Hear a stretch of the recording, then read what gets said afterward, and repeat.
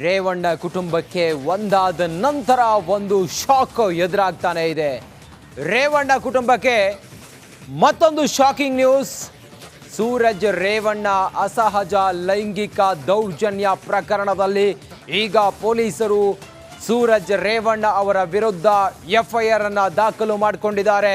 ಸಂತ್ರಸ್ತ ಕೊಟ್ಟ ದೂರಿನ ಅನ್ವಯ ರಿಪಬ್ಲಿಕ್ ಕನ್ನಡ ಬೆಳಿಗ್ಗೆಯಿಂದಲೂ ಕೂಡ ಸೂರಜ್ ರೇವಣ್ಣ ಅವರ ಬೆನ್ನು ಬಿದ್ದು ಫಾಲೋ ಅಪ್ ಮಾಡ್ತಾ ಇದೆ. ಸೂರಜ್ ರೇವಣ್ಣಗೆ ಸಲಿಂಗ ಸಂಕಷ್ಟ ಎದುರಾಗಿದೆ. ಸೂರಜ್ ವಿರುದ್ಧ ಅಸಹಜ ಲೈಂಗಿಕ ದೌರ್ಜನ್ಯ ಆರೋಪವನ್ನು ಮಾಡಿದ್ದಾರೆ. ಹೊಳೆನರಸೀಪುರ ಗ್ರಾಮಾಂತರ ಪೊಲೀಸ್ ಠಾಣೆಯಲ್ಲಿ ಎಫ್ಐಆರ್ ದಾಖಲಾಗಿದೆ. ಸೂರಜ್ ಮೊಬೈಲ್ ಅನ್ನು ವಶಕ್ಕೆ ಪಡೆದಿದ್ದಾರೆ ಪೊಲೀಸರು. ಯಾವುದೇ ಕ್ಷಣಗಳಲ್ಲಿ ಸೂರಜ್ ಅರೆಸ್ಟ್ ಆಗುವಂತ ಸಾಧ್ಯತೆ ಇದೆ. ಮೆಡಿಕಲ್ ಟೆಸ್ಟ್ ನಡೆಸಿದ ಬಳಿಕ ಬಂಧನ ಆಗುವಂತ ಸಾಧ್ಯತೆ ಇದೆ. ಚೆಕಪ್ ಬಳಿಕ ಹಾಸನದಲ್ಲೇ ಉಳಿಸಿಕೊಳ್ಳುವ ಸಾಧ್ಯತೆಯೂ ಇದೆ. ನಾಳೆ ಹೊಳೆನರಸೀಪುರಕ್ಕೆ ಸೂರಜ್ ರೇವಣ್ಣ ಕರೆದೊಯ್ಯೋದಕ್ಕೆ ಸಿದ್ಧತೆಯನ್ನು ಕೂಡ ಮಾಡಿಕೊಡಲಾಗಿದೆ. ಒಟ್ಟಾರೆ ಸೂರಜ್ ರೇವಣ್ಣ ಸಲಿಂಗ ಕಾಮದ ವಿಚಾರ, ಅಸಹಜ ಲೈಂಗಿಕ ದೌರ್ಜನ್ಯ ಪ್ರಕರಣದಲ್ಲಿ ಸೂರಜ್ ರೇವಣ್ಣ ಅವರನ್ನ ಯಾವುದೇ ಕ್ಷಣದಲ್ಲಿ ಬಂಧನ ಮಾಡುವಂತ ಸಾಧ್ಯತೆ ಇದೆ. ವಿಚಾರಣೆಗೆ ಕರೆದುಕೊಂಡು ಹೋಗಿದ್ದಾರೆ ಸೂರಜ್ ರೇವಣ್ಣ ಅವರನ್ನ. ವಿಚಾರಣೆ ಮುಂದುವರೆದಿದೆ. ಮೆಡಿಕಲ್ ಟೆಸ್ಟ್ ಮಾಡಿ ಅವರನ್ನ ಬಂಧನ ಮಾಡುವಂತ ಸಾಧ್ಯತೆ ಕಂಡು ಬರ್ತಾ ಇದೆ. ಇನ್ನಷ್ಟು ಮಾಹಿತಿಯೊಂದಿಗೆ ನನ್ನ ಕಲೀಗ್ ಅಶ್ವದಿವಿತ್ ಇವತ್ತು ಬೆಳಿಗ್ಗೆಯಿಂದಲೇ ಹಾಸನದ ಸೂರಜ್ ರೇವಣ್ಣ ಅವರ ಫಾರ್ಮ್ ಹೌಸ್ನಿಂದ ಲೈವ್ ಕವರೇಜ್ ಅನ್ನು ಮಾಡ್ತಾ ಇದ್ರು. ಎಕ್ಸ್ಕ್ಲೂಸಿವ್ ಆಗಿ ಸೂರಜ್ ರೇವಣ್ಣ ಅವರನ್ನ ಮಾತನಾಡಿಸಿದ್ರು. ಸೂರಜ್ ರೇವಣ್ಣ ಅವರ ಫಾಲೋ ಅಪ್, ಅದ್ರ ಜೊತೆಗೆ ಅವರು ಹೋದ ಕಡೆಯಲ್ಲೆಲ್ಲ ಅವರ ಬೆನ್ನಿಗೆ ನಿಂತು ಸೂರಜ್ ರೇವಣ್ಣ ಅವರ ಕಂಪ್ಲೀಟ್ ಈ ಕಹಾನಿಯ ಕವರೇಜ್ ಮಾಡ್ತಾ ಇರುವಂತ ಅಶ್ವದಿವಿತ್ ಈಗ ನೇರ ಸಂಪರ್ಕದಲ್ಲಿದ್ದಾರೆ. ಅಶ್ವದಿವಿತ್, ಈ ಹೊತ್ತಿಗೆ ಏನು ಮಾಹಿತಿ ಕೊಡ್ತೀರಿ? ಏನು ಅಪ್ಡೇಟ್ ಇದೆ? ನಡಿ ಈಗ ಶುರು ಮಾಡೋಣ.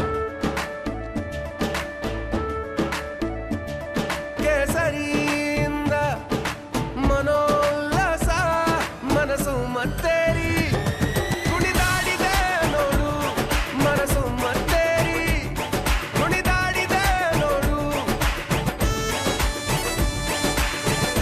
ಕ್ಷಣ ಕ್ಷಣವೂ ಆಚರಿಸಿ ಕೇಸರಿ ಹಬ್ಬ. ವಿಮಲ್ ಬಾಯಲ್ಲಿ ಹೇಳಿ ಕೇಸರಿ. ಅಶ್ವದಿವಿತ್ ನೋಡಿ ರಂಜಿತ್, ಈಗ ಸೂರಜ್ ರೇವಣ್ಣ ಅವರನ್ನ ಈ ಸೆನ್ ಪೊಲೀಸ್ ಠಾಣೆಗೆ ಕರೆದುಕೊಂಡು ಬಂದು ಸತತ 3.25 ಗಂಟೆ ಆಗಿದೆ. ಈಗಲೂ ಕೂಡ ವಿಚಾರಣೆ ಇನ್ನೂ ನಡೀತಾಲೇ ಇದೆ. ಇಲ್ಲಿ ಅರೆಸ್ಟ್ ಆಗೋದಂತೂ ಪಕ್ಕ ಅಂತ ಹೇಳಲಾಗ್ತಾ ಇದೆ. ಆದರೆ ಯಾವಾಗ ಅರೆಸ್ಟ್ ಆಗ್ಬೋದು, ಅರೆಸ್ಟ್ ಆದರೂ ಕೂಡ ಸೂರಜ್ ರೇವಣ್ಣ ಇಲ್ಲೇ ಇರ್ತಾರಾ ಅಥವಾ ಹೊಳೆನರಸೀಪುರಕ್ಕೆ ಹೋಗ್ತಾರಾ, ಮೆಡಿಕಲ್ ಟೆಸ್ಟ್ ಯಾವಾಗ, ಈ ರೀತಿಯಾದಂಥ ಪ್ರಶ್ನೆಗಳು ಕಾಡ್ತಾ ಇರೋದು. ಅಂದರೆ ಈಗ ನೋಡಿ, ಒಂದು ಇಲ್ಲಿ 2 ರೀತಿ ಆಗ್ಬೋದು. 2 ಆ್ಯಂಗಲ್ನಿಂದ ನೋಡೋದಾದರೆ, ಮೊದಲನೇದಾಗಿ ಹೊಳೆನರಸೀಪುರ ಪೊಲೀಸರು ಅಥವಾ ಇಲ್ಲಿರುವ ಪೊಲೀಸ್ನವರೇ ಅರೆಸ್ಟ್ ಮಾಡೋದಕ್ಕಿಂತ ಮುಂಚಿತವಾಗಿ ಹಾಸನದಲ್ಲೇ ಮೆಡಿಕಲ್ ಟೆಸ್ಟ್ ಮಾಡಿಸಿ ಇಲ್ಲಿಂದ ಹೊಳೆನರಸೀಪುರಕ್ಕೆ ಅವ್ರನ್ನ ಈಗಲೇ ಕರೆದುಕೊಂಡು ಹೋಗಬಹುದು. ಅಥವಾ ಇಲ್ಲಿನ ಪೊಲೀಸ್ನವರೇ ಅವ್ರನ್ನ ಮೆಡಿಕಲ್ ಟೆಸ್ಟ್ ಮಾಡಿ ಇಲ್ಲೇ ಉಳಿಸ್ಕೊಂಡು ನಾಳೆ ಹೊಳೆನರಸೀಪುರಕ್ಕೆ ಅವ್ರನ್ನ ಕರೆದುಕೊಂಡು ಹೋಗಿ ಅದಾದ ಬಳಿಕ 24 ಅವರ್ಸ್ನಲ್ಲಿ ಕೋರ್ಟ್ಗೆ ಪ್ರೊಡ್ಯೂಸ್ ಮಾಡುವಂಥ ಸಾಧ್ಯತೆ ಇದೆ. ಆದರೆ ಒಂದಂತೂ ಸತ್ಯ ರಂಜಿತ್, ಅರೆಸ್ಟ್ ಆಗೋದಂತೂ ಪಕ್ಕ. ಅದು ಸೂರಜ್ ರೇವಣ್ಣ ಅವ್ರಿಗೂ ಕೂಡ ಗೊತ್ತಿತ್ತು. ಜೊತೆಗೆ ಅವರಾಗಲೇ ನಮ್ಮ ರಿಪಬ್ಲಿಕ್ ಕನ್ನಡ ಜೊತೆ ಎಕ್ಸ್ಕ್ಲೂಸಿವ್ ಆಗಿ ಮಾತನಾಡಿದ್ರು, ಕಾನೂನಿಗೆ ತಲೆಬಾಗ್ತೀನಿ ಅಂತ ಹೇಳಿದ್ರು. ಅಂದರೆ ಅವರು ಕೂಡ ಸಹಜವಾಗಿ ಈ ಒಂದು ವಿಚಾರಣೆಗೆ ಅವರು ಭಾಗಿಯಾಗಿದ್ದಾರೆ, ಸಹಕಾರ ಕೊಟ್ಟಿದ್ದಾರೆ. ಈಗಾಗಲೇ ಅವ್ರನ್ನ ಕರೆದುಕೊಂಡು ಹೋಗಿ ಒಂದು ಸಣ್ಣ ವಿಚಾರಣೆ ಅಂತೇಳಿ ಕರೆದುಕೊಂಡು ಹೋಗಿ 3.25 ಗಂಟೆ ಆಗಿದೆ, ಇನ್ನೂ ಕೂಡ ಅವರು ಆಚೆ ಬಂದಿಲ್ಲ.